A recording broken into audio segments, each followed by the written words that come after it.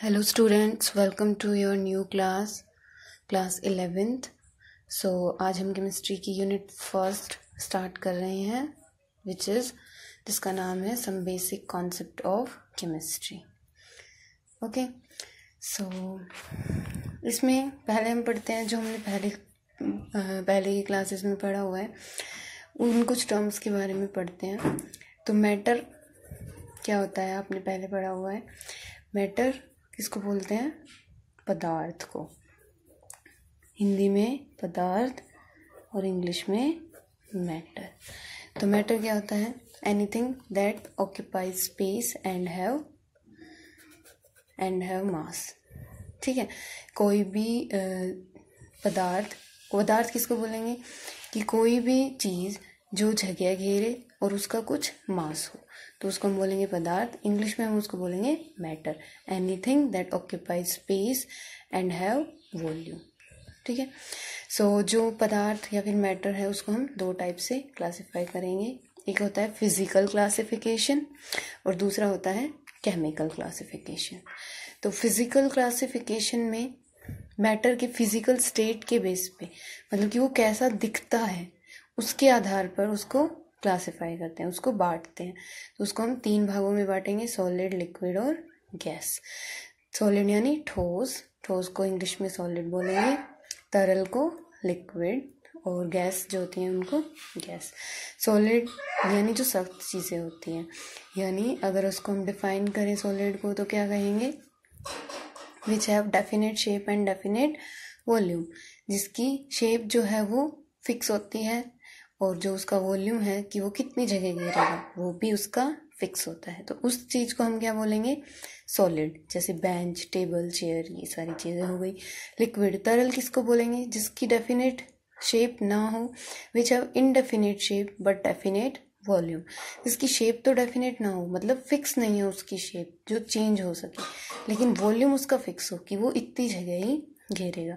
जैसे लिक्विड में हमारा एग्जांपल हो गए वाटर, मिल्क, जूस. अब मान लो 1 लीटर वाटर है तो उसकी शेप तो फिक्स नहीं है. अगर जग में डालेंगे तो जग जैसी, ग्लास में डालेंगे तो ग्लास जैसी, लेकिन वो 1 लीटर, उसका वॉल्यूम 1 लीटर है, यानी वो तो फिक्स रहेगा. वो आप किसी भी टाइप के बर्तन में उसको डाल लो, उसका वॉल्यूम फिक्स रहेगा.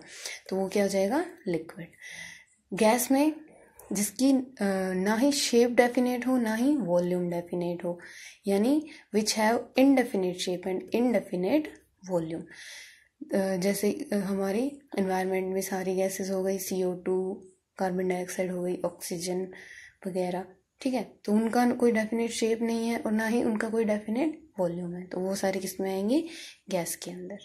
ठीक है, तो सॉलिड, लिक्विड और गैस ये कौन से क्लासिफिकेशन के अंदर आता है? Physical classification.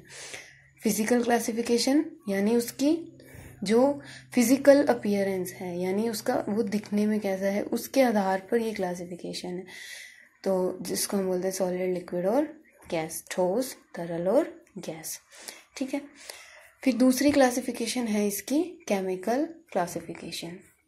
तो केमिकल, उसकी जो कंपोजिशन है, किसी भी जो मैटर है उसकी कंपोजिशन के आधार पे, कंपोजिशन के बेसिस पे, केमिकल कंपोजिशन के बेसिस पे उसकी जो हम क्लासिफिकेशन करते हैं उसको हम बोलते हैं केमिकल क्लासिफिकेशन. तो केमिकल क्लासिफिकेशन में हम उसको दो टाइप से क्लासिफाई करते हैं: pure substance and mixtures. Pure substance को हिंदी में बोलते हैं शुद्ध पदार्थ और मिक्सचर्स को बोलते हैं मिश्रण. तो प्योर सब्सटेंस क्या होते हैं? The substance which consist of single type of particles. यानी कि शुद्ध पदार्थ किसको कहेंगे? वो पदार्थ जिसमें केवल एक ही तरह के पार्टिकल्स प्रेजेंट हो. ठीक है, एक ही तरह के कण उपस्थित हो, या तो उसको हम बोलेंगे प्योर सब्सटेंस. हिंदी में उसको बोलते हैं शुद्ध पदार्थ. मिक्सचर्स यानी मिश्रण को जो है वो हम क्या बोलते हैं? मिक्सचर. मिक्सचर किसको बोलेंगे? जिसमें दो या दो से ज़्यादा सब्सटेंसेस प्रेजेंट हो. दो या दो से ज़्यादा सब्सटेंस जिसके अंदर होंगे उसको हम बोलेंगे मिक्सचर. ठीक है, फिर जो प्योर सब्सटेंस है उसको भी दो भागों में फिर बांटेंगे, 2 पार्ट्स में डिवाइड करेंगे: एलिमेंट्स एंड कंपाउंड्स. एलिमेंट्स किसको बोलते हैं? तत्व को इंग्लिश में बोलते हैं एलिमेंट्स, और यौगिक को बोलते हैं कंपाउंड्स. ठीक है। एलिमेंट्स किसको बोलेंगे कि स्मॉलेस्ट यूनिट, ठीक है, मतलब स्मॉलेस्ट पार्ट होता है ये, प्योर सब्सटेंस का ही पार्ट है, दोनों एलिमेंट्स भी और कंपाउंड्स भी। ये स्मॉलेस्ट पार्ट होता है जिसको ना ही हम क्रिएट कर सकते हैं, मतलब ना ही हम इसको खुद से बना सकते हैं, ना ही हम इसको डिस्ट्रॉय कर सकते हैं, ना ही ख़त्म कर सकते हैं। सिंपल जो हमारे मेथड्स हैं, फिजिकल केमिकल मेथड्स हैं, उनसे हम इसको ना ही क्रिएट कर सकते हैं, ना ही तोड़ सकते हैं। ये स्मॉलेस्ट यूनिट होती है, ठीक है। उसके फिर जो एलिमेंट्स हैं उसको फर्दर 3 पार्ट्स में क्लासिफाई करते हैं, मेटल्स, नॉन मेटल्स और मेटेलॉइड्स।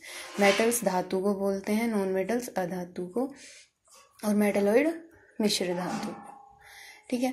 तो इसके बारे में पहली क्लासेस में पढ़ा हुआ है। मेटल क्या होते हैं?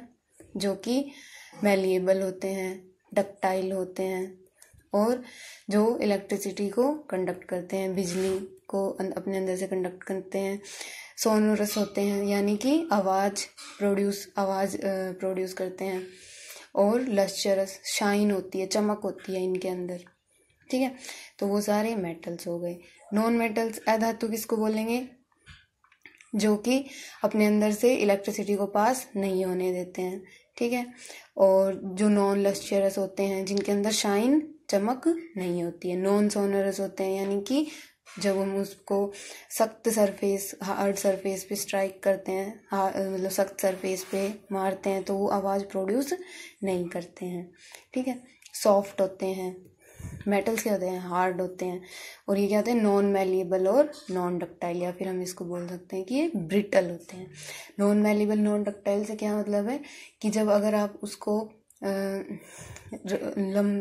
शीट्स के अंदर, मतलब पतली पतली शीट के अंदर बदलना चाहो, या फिर पतली पतली वायर्स के अंदर बदलना चाहो, तो वो हम इनको नहीं बदल सकते, क्योंकि ये क्या होते हैं? नॉन मैलिएबल और नॉन डक्टाइल होते हैं, ठीक है। क्योंकि अगर हम इनको बदलने की कोशिश करेंगे तो जैसे ही इनको बीट करेंगे तो वो पीसेस के अंदर टूट जाएंगे, टुकड़े टुकड़े हो जाएंगे उनके, ठीक है। जबकि मेटल्स जो हैं वो मैलिएबल होते हैं और डक्टाइल भी होते हैं, यानी उसको आप थिन शीट्स के अंदर कन्वर्ट भी कर सकते हो, पतली पतली शीट्स में बदल सकते हो, और उनको लंबी लंबी वायर्स में भी बदल सकते हो।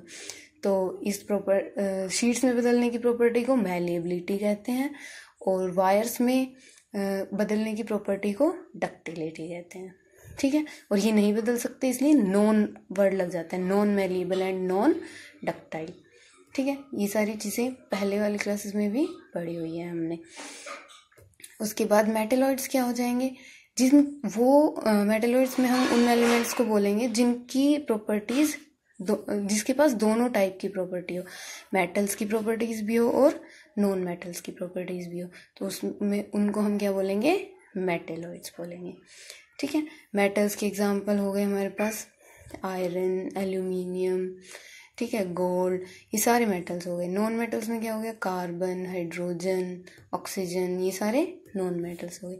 मेटेलॉइड्स में सिलिकॉन, जर्मेनियम, ठीक है। तो एलिमेंट्स को हम 3 टाइप से क्लासिफाई करते हैं, मेटल्स, नॉन मेटल्स। तत्व को इंग्लिश में बोलते हैं elements. 3 parts, metal, non metal और मेटेलॉइड्स हमने पढ़े। धातु, अधातु और उपधातु कहेंगे मेटेलॉइड्स, मिश्र धातु नहीं, उपधातु, ठीक है। दूसरा पार्ट है कंपाउंड्स, जिसको बोलते हैं यौगिक। तो कंपाउंड किस सब्सटेंस को बोलेंगे हम? है तो प्योर सब्सटेंस का ही पार्ट, तो उन प्योर सब्सटेंसेस को हम कंपाउंड बोलेंगे जिसमें 2 या 2 से ज़्यादा एलिमेंट कंबाइन होते हैं, ठीक है। 2 या 2 से ज़्यादा तत्व कंबाइन होते हैं, जुड़ते हैं एक दूसरे के साथ डेफिनेट रेशियो के अंदर। मतलब जितना भी मास हम किसी भी 2 एलिमेंट का लेंगे, 2 तत्व हम लेंगे, उनको हम किस मास के अंदर कंबाइन करेंगे, उनका जो रेशियो होगा वो फिक्स होगा, ठीक है। जैसे 1:1 या 1:8 में ले रहे हैं, या 3:8 में ले रहे हैं, तो जो उनके मास का रेशियो होगा वो फिक्स होगा, उन एलिमेंट्स के मास का रेशियो फिक्स होगा, तो उसको हम बोलेंगे कंपाउंड, ठीक है। जैसे कंपाउंड का एग्जांपल हमने CO2 ले लिया, ठीक है। तो CO2 के अंदर हमारे पास क्या क्या एलिमेंट्स हैं? कार्बन और ऑक्सीजन है दूसरा, ठीक है। तो इसके अंदर कार्बन और ऑक्सीजन के मास का रेशियो क्या है?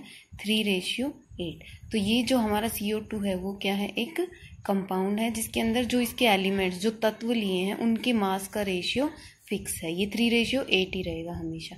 ठीक है, तो जब हम किसी प्योर सब्सटेंस जिसके तत्वों का, जिसके एलिमेंट्स का मास फिक्स है, तो उसको हम क्या बोलेंगे, कंपाउंड्स। ठीक है, यौगिक 2 टाइप के होते हैं, इनऑर्गेनिक कंपाउंड और ऑर्गेनिक, यानी अजैविक कंपाउंड या जैविक यौगिक और जैविक यौगिक। ये हमें जीवित जो सोर्स होते हैं, लिविंग सोर्स जो होते हैं उनसे मिलते हैं। ठीक है, और ये नॉन लिविंग जो सोर्सेज होते हैं उनसे मिलते हैं। इसके एग्जाम्पल हो गए जैसे मार्बल, स्टोन, ठीक है, स्टोन, सॉल्ट, तो ये सारे क्या है, इनऑर्गेनिक, ये हमें नॉन लिविंग सोर्सेज से मिलते हैं। और ऑर्गेनिक किससे मिलते हैं, लिविंग सोर्सेज से मिलते हैं। इसके एग्जाम्पल हो गए वैक्सेस हो गया, प्रोटीन्स हो गए, कार्बोहाइड्रेट हो गए। ठीक है, तो ये सारे क्या हैं, ऑर्गेनिक कंपाउंड है। और जो नॉन लिविंग सोर्सेज से मिले, अजीविक सोर्स से, उनको हम क्या बोलेंगे, इनऑर्गेनिक कंपाउंड्स।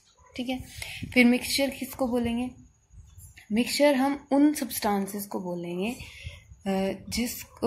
जिसके अंदर जो है 2 या 2 से ज़्यादा एलिमेंट्स या 2 या 2 से ज़्यादा कंपाउंड्स कंबाइन होते हैं, 2 या 2 से ज़्यादा एलिमेंट्स या 2 या 2 से ज़्यादा कंपाउंड्स कंबाइन होते हैं, और जो उनका रेशियो होता है ना, जिस अमाउंट में वो एक दूसरे के साथ जुड़ रहे हैं, उनका जो रेशियो है मास का, वो फिक्स नहीं होता है। इसमें भी 2 एलिमेंट्स जुड़ रहे थे और इसमें भी जुड़ते हैं, तो इसमें तो जो जुड़ रहे थे उनका जो मास का रेशियो अभी हमने इसमें पढ़ा था वो फिक्स था, जैसे 3:8 है तो फिक्स है।